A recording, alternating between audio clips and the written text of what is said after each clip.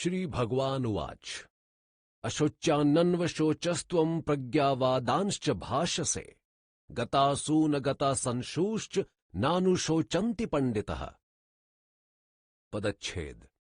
श्री भगवान अर्थात श्री कृष्ण भगवान ने उवाच कहा, अशोच्यान अर्थात शोक ना करने योग्य मनुष्यों के लिए, अन्वशोचः शोक करता है, त्वम यानी तू, प्रज्ञावादान अर्थात बुद्धिमत्ता के से वचनों को, च और भाषा से यानी कहता है, गतासून जिनके प्राण चले गए हैं उनके लिए, अगतासून अर्थात जिनके प्राण नहीं गए हैं उनके लिए, च अर्थात और, न यानी नहीं, अनुशोचंती अर्थात शोक करते हैं, पंडितः यानी बुद्धिमान लोग। अनुवाद। श्री कृष्ण भगवान ने कहा, हे अर्जुन, जिनके लिए शोक नहीं करना चाहिए तू उनके लिए शोक कर रहा है, फिर भी तू बुद्धिमत्ता के से वचन कह रहा है, किंतु वास्तविक बुद्धिमान आदमी ना तो जिनके प्राण चले गए हैं उन मृतकों के लिए और ना ही जिनके प्राण अभी नहीं गए हैं उन जीवितों के लिए शोक किया करते हैं। टिप्पणी। प्रज्ञावादान से श्री कृष्ण का अभिप्राय अर्जुन द्वारा पहले अध्याय के 31 से 44 तक के श्लोकों तथा इसी अध्याय के चौथे और 5वें श्लोक में कहे गए वचनों से है। न त्वेवाहं जातु नासं न त्वं नेमे जनाधिपः न चैव न भविष्यामः सर्वे वयमतः परम्। पदच्छेद।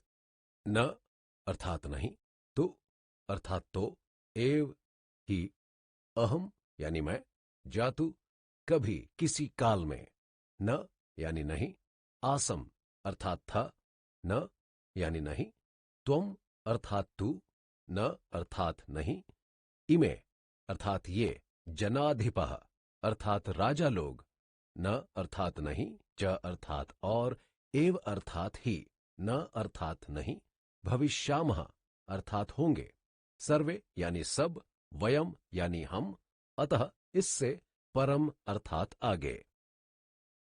अनुवाद। न तो ऐसा ही है कि मैं कभी किसी काल में नहीं था या तू नहीं था अथवा ये राजा लोग नहीं थे, और न ही ऐसा है कि इससे आगे हम सब नहीं होंगे या रहेंगे। टिप्पणी। इस श्लोक में गीता का आधार विचार शरीर मरता है, आत्मा नहीं, ये प्रस्तुत किया गया है। वर्तमान शरीरों की उत्पत्ति से पहले भी हम सब थे और इनके नाश के बाद भी हम रहेंगे। हम सब में से किसी का भी कभी किसी काल में अभाव नहीं हुआ, क्योंकि शरीर के नाश से शरीरधारी आत्मा का नाश नहीं होता। अतः शरीर के नाश की आशंका से स्वजनों के लिए शोक करना उचित नहीं। यही भगवान का अर्जुन को कहने का आशय है।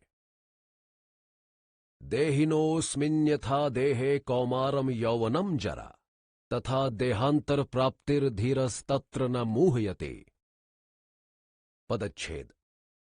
देहिना अर्थात शरीरधारी आत्मा के, अस्मिन यानी इसमें, यथा जैसे, देहे अर्थात शरीर में, कौमारम बचपन, यौवनम जवानी, जरा अर्थात बुढ़ापा, तथा यानी वैसे ही, देहांतर प्राप्ति ही अन्य शरीर की प्राप्ति, धीर शांत चित्त व्यक्ति, तत्र अर्थात उस विषय में, न यानी नहीं, मुह्यति मोहित होता है। अनुवाद। जैसे जीवात्मा के इस शरीर में बचपन, जवानी और बुढ़ापा रूपी अवस्थाएं होती हैं, वैसे ही अन्य शरीर की प्राप्ति होती है। उस विषय में धीर पुरुष, शांत चित्त व संभाव व्यक्ति मोहित नहीं होता, धोखा नहीं खाता। टिप्पणी। पिछले श्लोक में आत्मा की नित्यता को बतलाकर इस श्लोक में भगवान उसकी निर्विकारता का प्रतिपादन करते हैं। वे कहते हैं कि जिस प्रकार बचपन से जवानी और जवानी से बुढ़ापा रूपी अवस्था परिवर्तन स्थूल शरीर में होता है, आत्मा में नहीं। आत्मा में उसका केवल आरोप किया जाता है। उसी प्रकार एक शरीर से दूसरे शरीर में जाने आने का क्रम भी वास्तव में सूक्ष्म शरीर का होता है, आत्मा का नहीं। आत्मा में तो उसका केवल आरोप किया जाता है। दोनों स्थितियों में आत्मा में कोई विकार नहीं होता, वो वैसे का वैसा ही बना रहता है, क्योंकि आत्मा का शरीर स्थूल व सूक्ष्म से कोई संबंध नहीं। अतः धीर पुरुष जो आत्म साक्षात्कार अथवा संभाव के कारण शांत प्रकृति बन गए हैं, इस तत्व को जानने के कारण शरीर के नाश होने पर दुखी नहीं होते। इसलिए हे अर्जुन, तेरा अपनों की मृत्यु की आशंका के कारण शोक करना सर्वथा अनुचित है। मात्रा स्पर्शातु कौन्तेय शीतोष्ण सुख दुखदा आगमापायिनो नित्यास्तान्तिस्तितिक्षव भारत। पदच्छेद। मात्रा स्पर्श अर्थात इंद्रियों के विषयों के साथ संयोग। तू यानी तो, कौन्तेय अर्थात हे कुंती पुत्र अर्जुन, शीतोष्ण सुख दुखदः अर्थात सर्दी गर्मी और सुख दुख को देने वाला, आगमापायिनः अर्थात आदि तथा अंत वाले, अनित्या यानी अस्थाई, तान यानी उनको, तितिक्ष्व अर्थात सहन कर, भारत अर्थात हे भरतवंशी। अनुवाद। हे कुंती पुत्र, सर्दी गर्मी और सुख दुख तो इंद्रियों के अपने विषयों के साथ संयोग से उत्पन्न होते हैं। उनका आदि एवं अंत होता है तथा वे अस्थाई होते हैं। हे भरतवंशी अर्जुन, उन्हें धैर्यपूर्वक सहन कर। टिप्पणी। पिछले 2 श्लोकों द्वारा भगवान से यह जान लेने पर कि आत्मा नित्य और निर्विकार है, अर्जुन को जिज्ञासा होती है कि ऐसा होने पर भी इस तथ्य को तो नकारा नहीं जा सकता कि इंद्रियों तथा उनके विषयों के पारस्परिक संयोग वियोगादि से सुख दुख आदि का प्रत्यक्ष अनुभव नित्य प्रति होता रहता है। अतः शोक हर्षादि के बिना संसार में कैसे रहा जा सकता है। इसलिए इस श्लोक में भगवान अर्जुन को समझाते हैं कि सुख दुखादि को देने वाले इंद्रिय विषय संयोगों का तो आदि तथा अंत होता है, अतः उनके आने जाने पर हर्ष व शोक किए बिना उन्हें शांति एवं धैर्य से सहन करना चाहिए, क्योंकि वे तो जीवन का एक अभिन्न अंग होते हैं। यम ही न व्यथयन्त्येते पुरुषम पुरुषर्भ सम दुख सुखम धीरम सो मृत्युत्वाय कल्पते। पदच्छेद। यम यानी जिसको, ही यानी क्योंकि, न नहीं, व्यथयन्ति अर्थात व्याकुल करते हैं, एते ये, पुरुषम व्यक्ति को, पुरुषर्भ हे पुरुषों में श्रेष्ठ, सम दुख सुखम अर्थात दुख सुख को समान समझने वाले को, धीरम अर्थात अभेद बुद्धि वाले को, सह वह, अमृत्वाय अर्थात मोक्ष के लिए, कल्पते यानी योग्य होता है। अनुवाद।